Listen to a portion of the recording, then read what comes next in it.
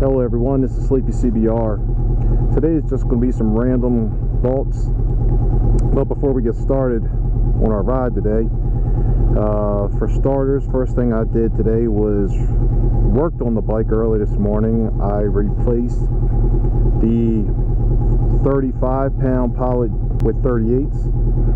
I replaced the 124 main jets with 110s. I have an aftermarket exhaust, Vance & Hines Super Sport, and a K&N air filter.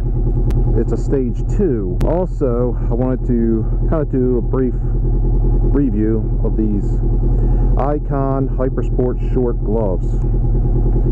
Gloves are definitely warmer than my scrubs. Gotta get used to these gloves.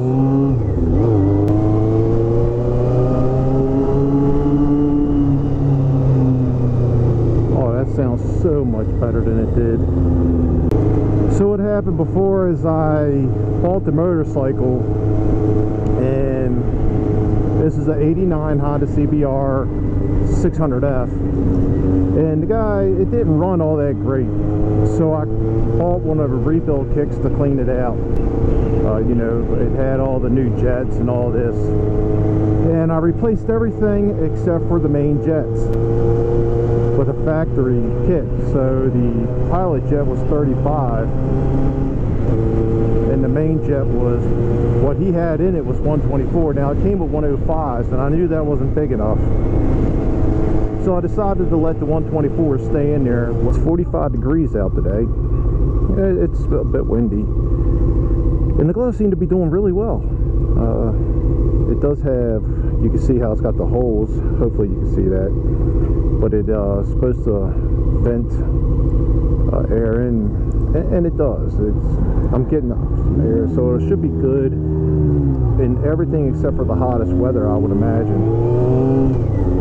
And even then, I still will probably wear them, because I'll show you the palms in a second here once I shift.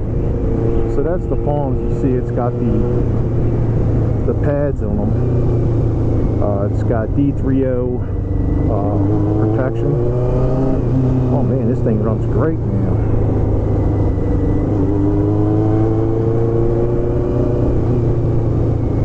Yeah, well anyway, the gloves have got D3O armor in them. I think it was somewhere around $70 on Revzilla, which is a pretty good deal. Can't complain. The Pilot jet, well, the stage 2 jetting kit I got was 59, I think, somewhere around there, on eBay, and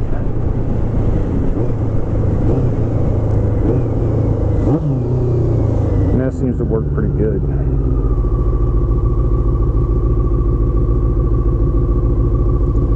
Eye doesn't lie.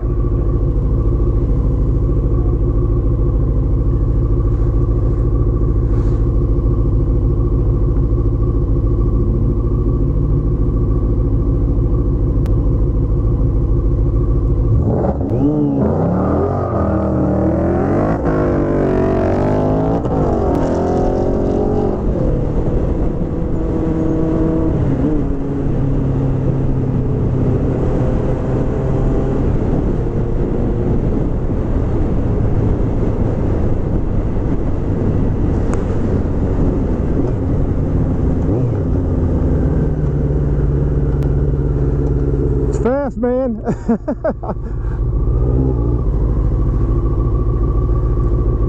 45 degrees, windy, and the gloves are doing pretty good.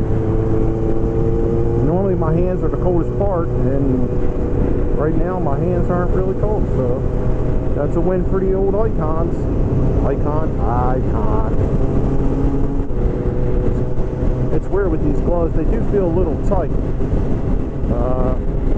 So right now I'm not sure what I would do as far as, like, if I was ordering again, I'd use the Revzilla's guide, which you measure across the biggest part of your hand from like your webbing to over on this side, and it gives you what size you should wear.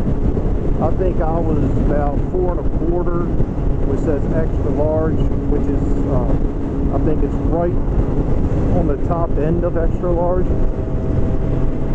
But you know, with real leather, it has a tendency to stretch out over time, so I'm hoping that this stretches and doesn't tear the stitching, although the stitching seems really well from the fine folks in Vietnam, where these were made.